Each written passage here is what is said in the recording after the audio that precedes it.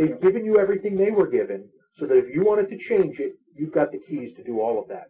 Right. So you And can that's the have a lot of restriction. amateur people, people who don't maybe have a high skill level, who can do, maybe come up with something innovative and interesting, another, Right. another enhancement, and that can all become part of the structure of the operating system in a sense, because if that becomes popular, that becomes the new standard that somebody else builds on. And, Exactly. And it constantly is going to be incentive for it to grow into something better and better, because there's always Exactly. And another huge advantage to that is, even if you don't plan on redistributing it, if you're a programmer with the appropriate skills, you can look for bugs. You can find the bugs that are in there and send them up to the people. You don't have to do it yourself. Say you say, look, I just fixed bugs. I don't want to get into the operating system, distribution business. That's not what I want to do. You send that up to the kernel maintainers. You send it to the appropriate list. You say, hey, I found a bug. If they agree, they say, yep, this is a bug. You found the fix. They can integrate that in. Right now, if you find a bug in Windows, you can submit it to them. And then if Microsoft sees fit, they can put it in. Or maybe your fix will never see the light of day. If you found a bug, you can incorporate it into your own version of Linux.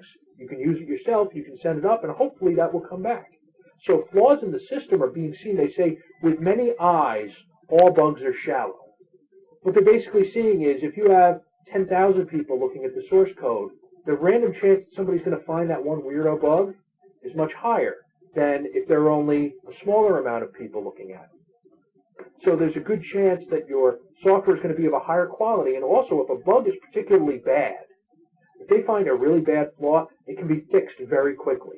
That can go up that chain, be integrated into the kernel, and be a downloadable fix for you in a much smaller time frame than a big company can do, where they have to worry about liability, QA testing. Now, the QA testing can come from the community.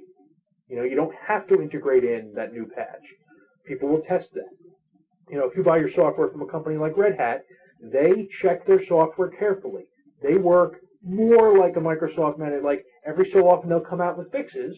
Now, if they feel something needs to be fixed right away, they can fix it quickly, get it into that stream very quickly. But they will be more methodical than me just downloading the latest version of this Linux off the internet. But that's appropriate for my usage.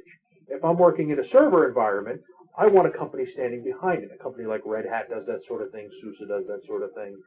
There are a lot of companies that do a similar support agreement.